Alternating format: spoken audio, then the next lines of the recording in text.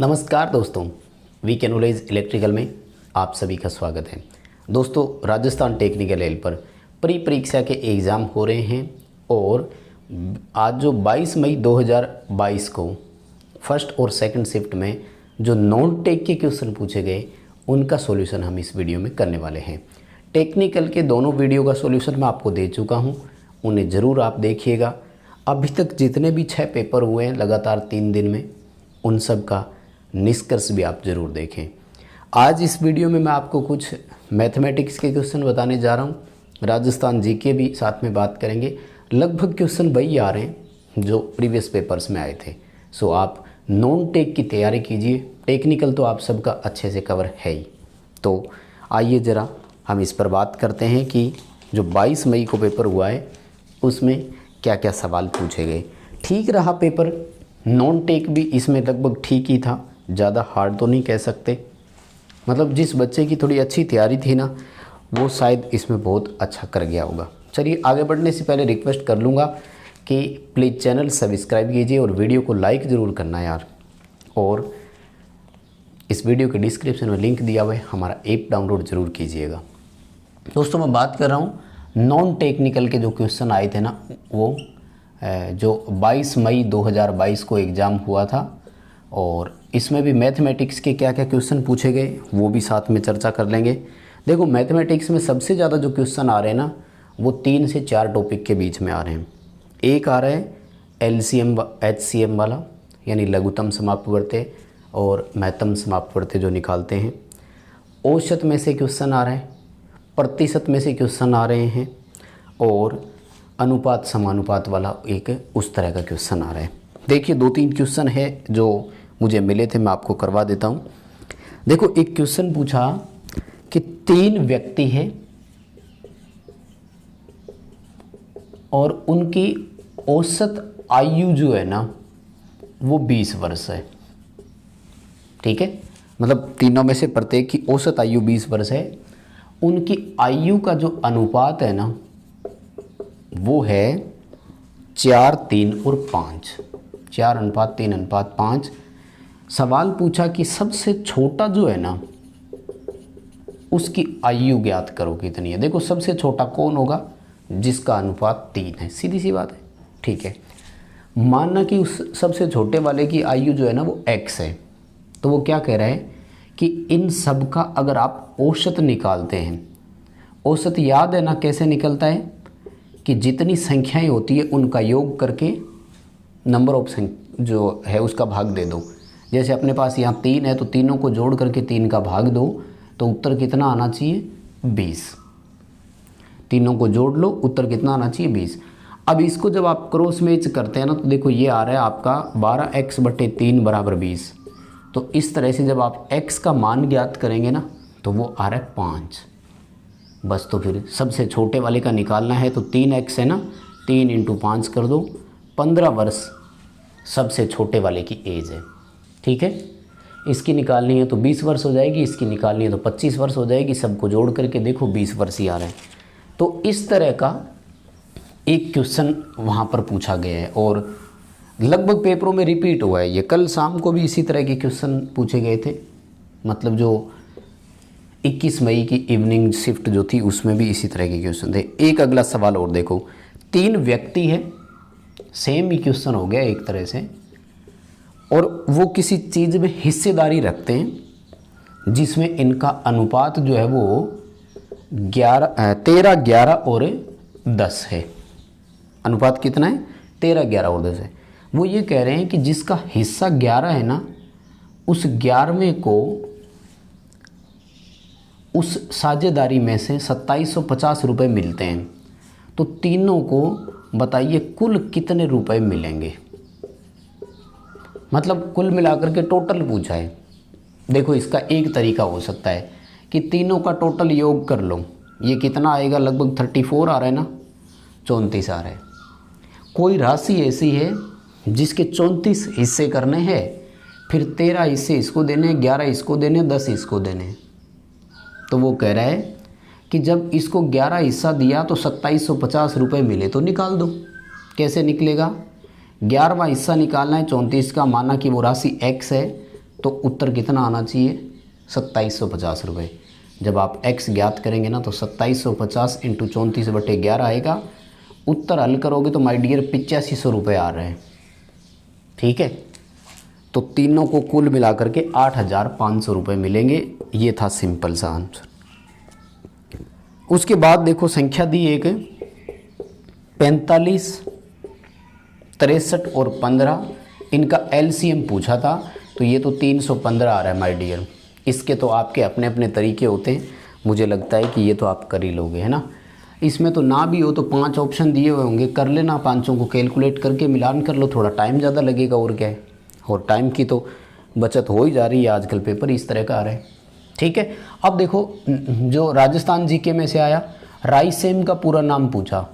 देखो 21 मई वाले में राजफेड का पूरा नाम पूछा, इसमें रायसेन पूछ रहा है।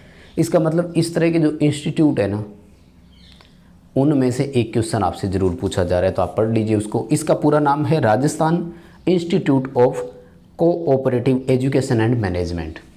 Rajasthan institute of cooperation and education and management. ठीक है, ये आपको मिल जाएगा।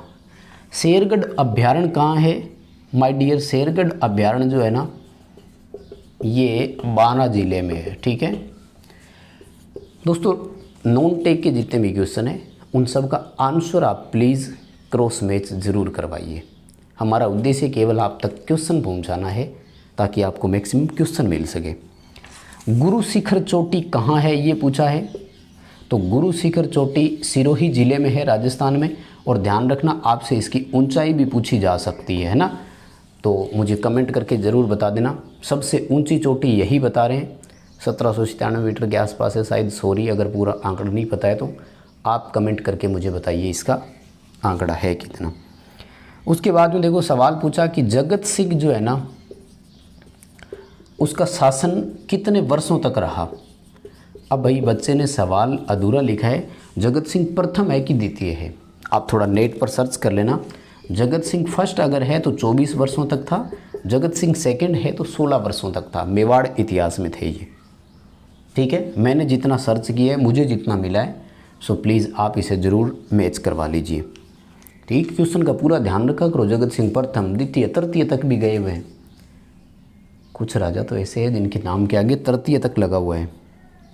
उसके बाद में देखो ये पूछा कि हवा महल का घर कहाँ है। मेरे तो समझ से बाहर है, ये क्या क्वेश्चन हुआ। हवा महल खुद तो जयपुर में है, हवा महल का घर कहाँ है, ऐसा क्या क्वेश्चन था यार, मेरी तो समझ से बाहर है। और उसके बाद में देखो सवाल पूछा कि बनास नदी किस ओर बहती है।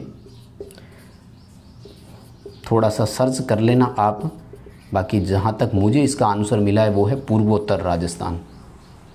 ठीक है, राजस्थान के पूर्वोत्तर भाग में प्रवाहित होती है।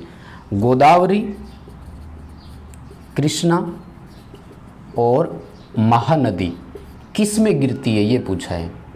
तो माय डियर ये बंगाल की खाड़ी में गिरने वाली नदियां हैं। ठीक है ना,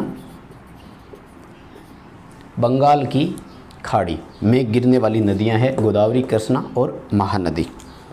ठीक है, और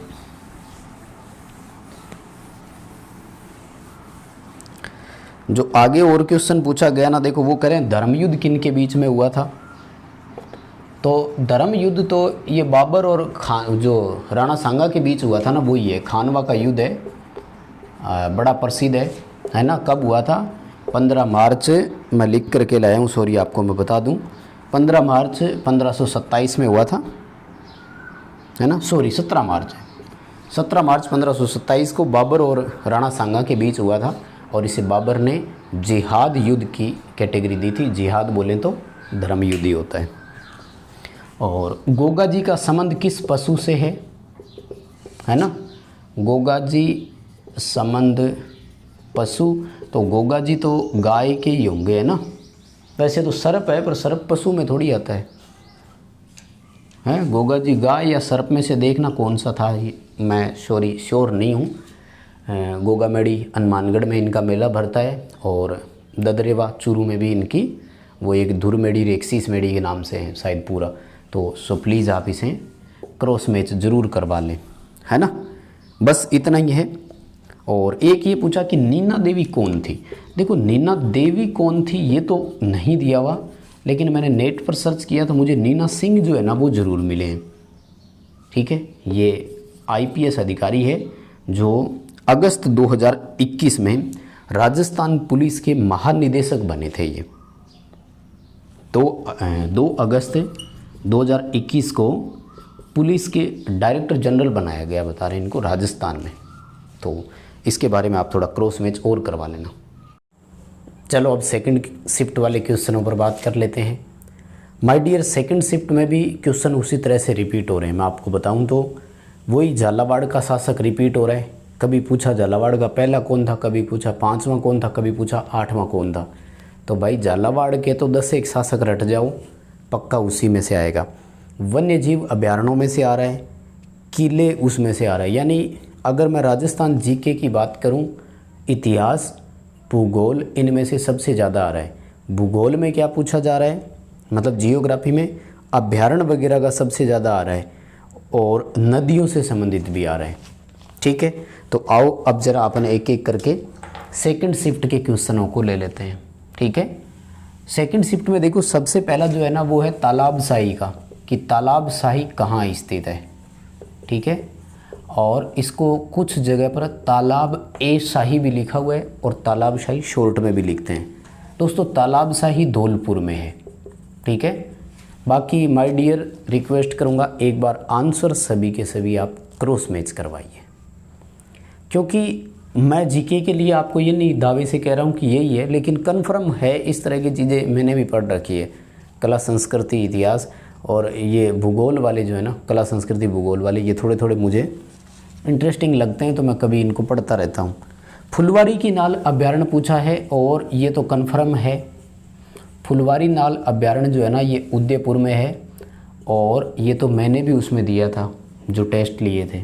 फुलवारी नाल अभ्यारण्य कहाँ है ये पूछा था, तो उसमें उदयपुर आएगा।